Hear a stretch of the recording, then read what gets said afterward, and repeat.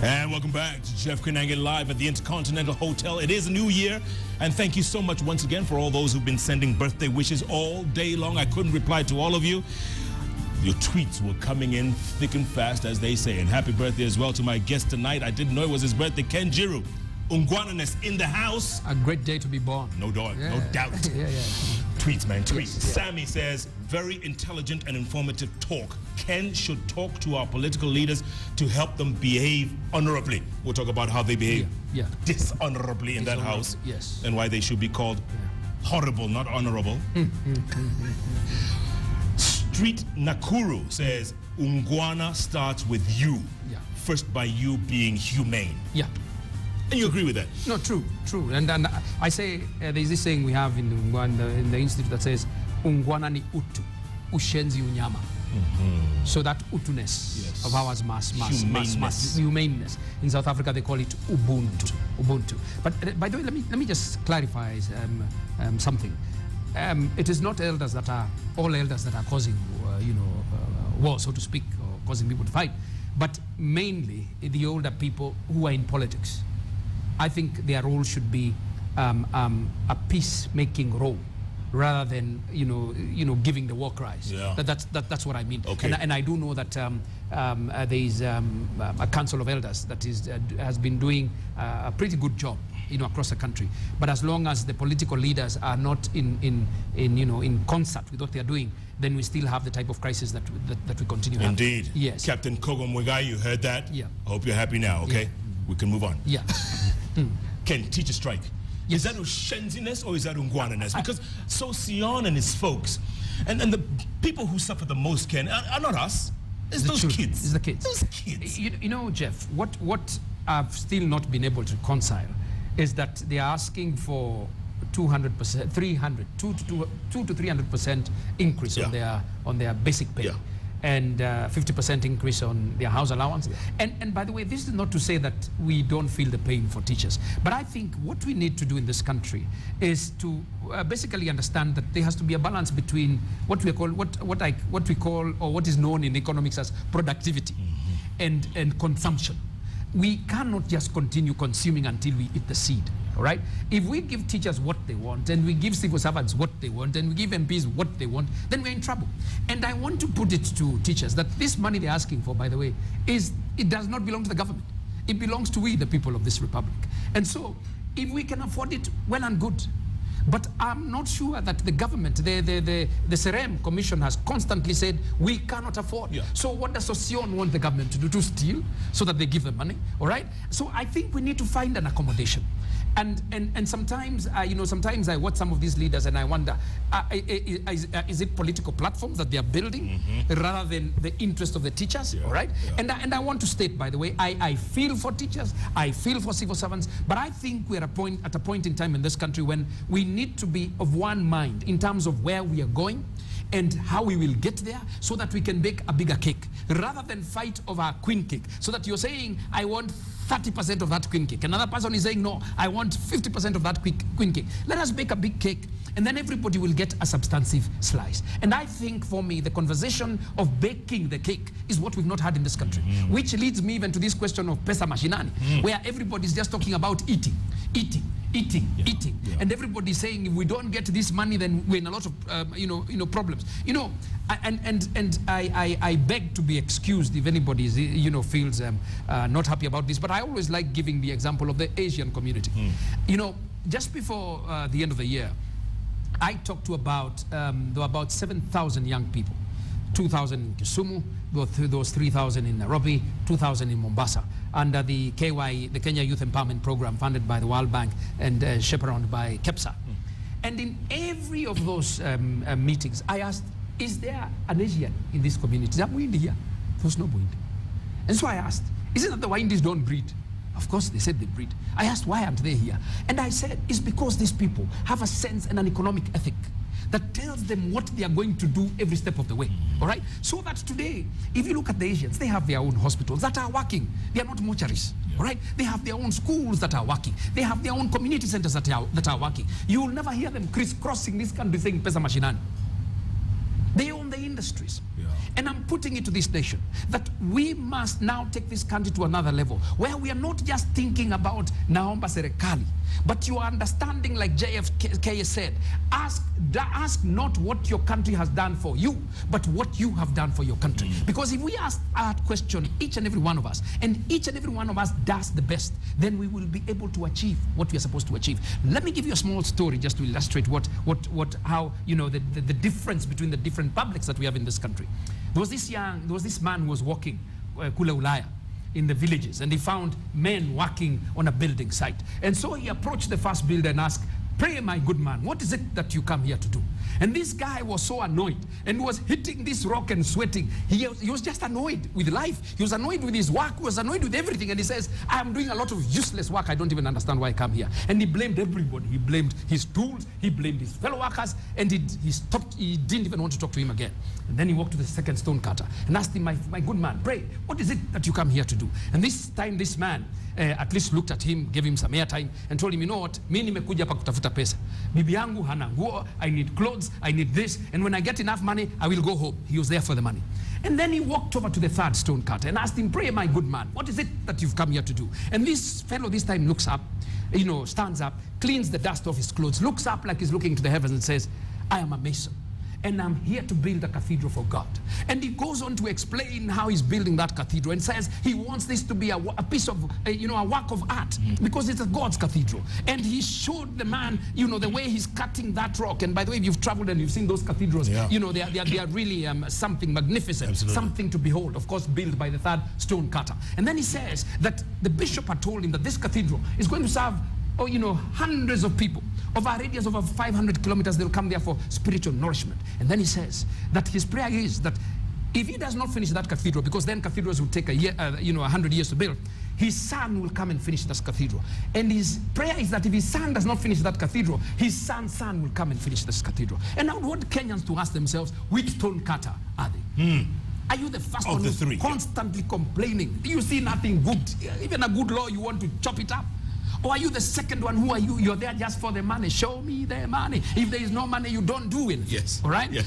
Or are you the third one who understands that you are made in God's image and that you're capable of turning whatever you do into a masterpiece? All right? And so when a nation has number one stone cutters as the majority, you have a banana tin pot republic. When you have number two, muko hapa tu munaenea, you can either go down or you can go up. But when a nation has a culture that aspires to greatness, so that if you're a musician, then you do it to the best of your ability. If you're a footballer, you play it until people call you Mason, right? If you're a sweeper, you sweep until people can eat mandazis off the ground. If you're a politician, then you lead people to lands where they've never been before, promised lands, rather than taking them in circles. Utaleta maji, utafanya. Usipomaliza hawale, the usual nonsense that we see, all right? So that then if we are able to build that culture where everybody's asking themselves, what is the best that I can do? Who am I? What do I live for? What does it mean to be made in God's image? Then we will build a great nation, right? And that is what I call the Uungwana nation. And I say it comes from within, right? And many times when I say this, people keep on asking me. See, some people feel these things don't, they don't work. Let me give you one more story of this gentleman who he was an Olympic star, right? And this guy, during, I think it was the 1984 Olympics, true story, had basically won 3 medals, right? And now he was going in for his last stroke, his best stroke, butterfly. And so he comes and he does his usual stretches. He had a routine. And by the way, he was the type of man who had been trained by his coach to actually visualize victory even before he has won, all right? So even as he's stretching, he's already 3/4 through the pitch, the pool. Yeah. And so the time comes and the fellow dives in. And he starts doing the butterfly stroke, gracefully, doing it like he always does it. Yeah. It was 4 lengths. By the time he was coming to turn, the third length so that he comes to the last one, his goggles got water inside. And when you're swimming in a race and you can't see where you're going, you can barely swim straight, right? Now this guy had a choice to start blaming the goggles, start saying God has forgotten him. How can you put water into my goggles and nonsense like that? Yeah. But he kept on going. And then by the time he was, turning over to go and do the last lap, he told himself, and you can imagine now you're swimming, yeah? He told himself, I know that I usually take between 18 and 21 strokes in this pool, right? Yeah. I can't see where I'm going. But I knew he had done this so many times. In fact, his coach had also, coached him how to swim in the dark, right? And so he starts his last length. And by the time he was reaching the 15th stroke, that is when he would give his burst. You know that burst of our Kenyan athletes? Yes. The way they just take off. Yeah. So he gives the last kick. And so it comes to 18. He still has not touched the wall. And he tells himself, I have 3 more. 18, 19, 20. When he does his 21, he just touches the wall. When he looked up, he had broken the world record. Eyes shut. Eyes shut. Faith. Faith. And that faith is in every one of us. It is in every one of us. But you know what we do? We take it and give it to politicians. Yeah. Yeah. So that they come and say they are talking in the name of the people. And by the way, they've not even talked to you. No. All right? And so to the extent that each and every one of us understands that we're the seeds of greatness, and it does not understand which community you come from, and that you search for what God has given you to, given you, that God has given you, then you become great. And when that becomes a culture, it becomes a social cultural mold, and the nation becomes great. Can Kenya be great again, Ken? We keep asking ourselves this question. It seems like a rhetorical question, but we have never even been great. We've just been, we've been neither hot nor cold. Heavy. But it's a function of leadership. Everything rises and falls on leadership. And by the way, not just political leadership. Business leadership, social leadership, faith-based community leadership. I'm concerned, by the way, for instance, when you look at the business sector, the recent study that was done by Ernst & Young that said that Kenyan businesses are one of the most corrupt businesses in the world, globally. That is a failure of business leadership in this country. Yeah. And it concerns me because, by the way, Jeff, this country will not grow out of distribution. This country will grow out of production. And the most ingenious instrument of creating wealth that has ever been created by the human being is the corporate. Right? And that is why you'll find corporates out there employing, I like giving the story of Walmart. Yeah. If it was an economy, it would be the 18th largest economy in the world. Kenya is 89. 1.4 million people employed. The Kenya government employs 500,000 people. Right? You look at companies that make these phones, Apple computers. Their output is 3 times our GDP, 40 million people. And we're running around saying pesa mashinani and the rest of the nonsense. Yeah. We need to reboot, to reformat our thinking. We need to see ourselves as winners. In fact, every time I see Kenyan runners, I imagine what is going on in their minds. Because I think before they get on that racetrack, they tell themselves, I will win. And it doesn't matter who his governor is, who his senator is, which party is in, whether there's pesa mashinani or no pesa mashinani. The Kenyan knows I am going to win. And on the 26th mile, and on the 26th mile, he kicks it. Yeah. And we keep winning the steeplechase over and over and over again because it's a spiritual and mental mindset. And why can't we translate that into the corporate? That is what we need to do. And that is what the leadership must do. One of the things I do, by the way, I do sympathize with, the president, because I think he's very well intentioned. But like I said, he's saddled with a nation generally that is still in yesterday. Yeah. So when something happens today, we start talking about Kenyatta and Moi and the rest of the fellows. It's like driving a car using the rear view mirror instead of looking ahead. Back. Yeah.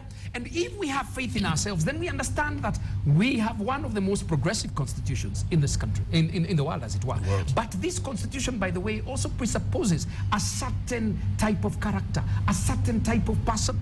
And it takes me back to Nkrumah in the 60s saying that Africa needs a new type of citizen, a dedicated, modest, honest, well-informed person, a person who submerges herself in service to the nation and to mankind, a man or a woman, for that matter, who abhors greed and detests vanity, a new type of man whose humility is his strength and integrity, his greatness. That's the type of character that Africa must conjure up. And by the way, again, as Churchill said, the further back you look, the further forward you'll be able to see Africa had achieved. And I keep on challenging my viewers to go out and read about great Zimbabwe, to read about Benin, Ghana, Mali, to read about the fact that we had built with stone before Europe came out of caves, to read about the pyramids, to understand that we build things which cannot even be built today, and to understand that when you go to Black Egypt, there are more pyramids than those who claim they built those pyramids. And to understand that Malawi had the art of actually smelting iron ore. In fact, that's why it's called the land of flames. But you know what, Jeff? If I tell you today to smelt iron ore, you'll start telling me about Habas process. Yeah. And you'll start telling me about funds which you do not have. And you'll start telling me IMF is not giving us money. We must go within. And God does not make junk. That is what I want to tell this country. And that Each and every one, despite what your circumstances are, does not make junk. If you know the story of Abraham Lincoln, the man kept on failing. Failed about 21 times before he became the president of the United States of America. At the age of 7, he even had to work to support his family. His mother died at the age of 4. At the age of 42, he lost his son. I mean, it was mishap upon mishap. When he was about 23, he started a business and which failed. It took him 17 years to repay. All right? But he never stopped. Every time he failed, he got up again. He failed, he got up again. He didn't start blaming Kambas, Kikuyus, Luos. This shenanigan we call marginalization. Nobody marginalizes you unless you accept to marginalize yourself. And that is why, if you look at again like the Asian community, who has given them anything? Nobody. Nobody has given them anything. It's within themselves. Within themselves. They have systems. I'm told if you want 2 million shillings, you just go to the temple and they give it to you. Yeah. But dare you not pay. If you're a Ushenzi, you're finished. Correct. Yeah. But amongst ourselves, and that is, by the way, it's not genetic. It never used to be like that. Today, if you go to the average Mwafrika, you give him 2 million shillings, he takes off. There's a story of Mungatana and when the triangle I gave you, I did give you, it was for this, it wasn't for that.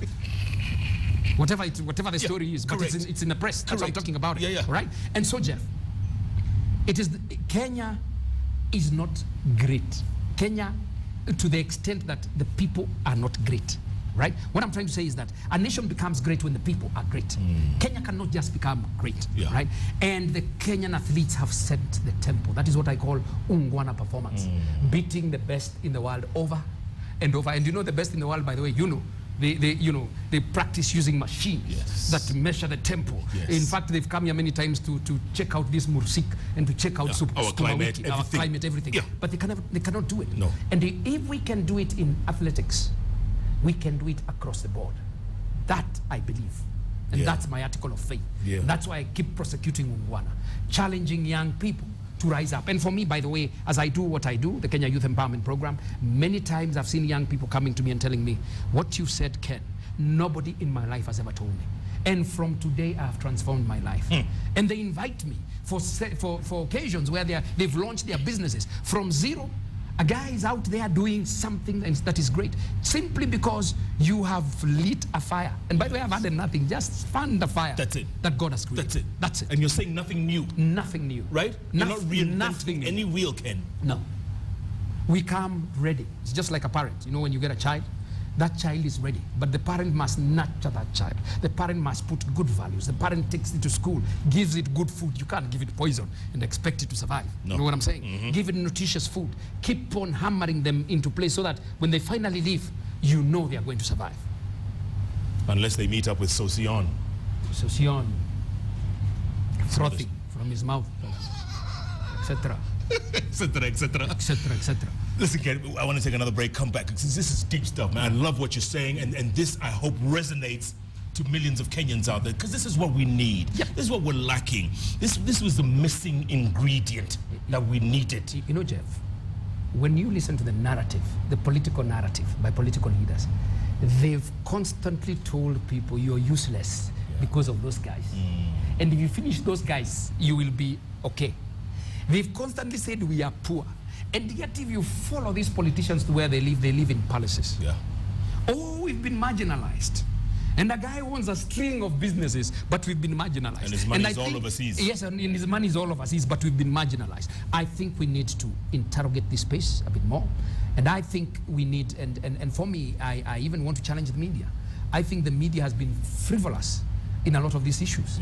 I think they need to dig deep. Many times I say, pick up a Financial Times and read even the English and the way the stories have been put, and pick up general newspapers here. You can see a world of a difference. And it's not that these guys have anything better than us. No. But it's just our level of cultural evolution. Kenji, folks, listen to the man. Listen to the man. I hope he is getting to you as he is getting to me. This is what we need, my brother. This was the missing ingredient. No, wait, push it. Uungwana. Uungwana-ness. Stop this Ushenzi-ness. Yes. Gonna take another break. Come back. Kenji has plenty more. And I know your tweets. My phone is just burning right here. I know the tweets are coming in, rolling in thick and fast. Let's take a break. Come back. JKL live at the Intercon. We'll be back in a moment. Well done, brother. Great stuff.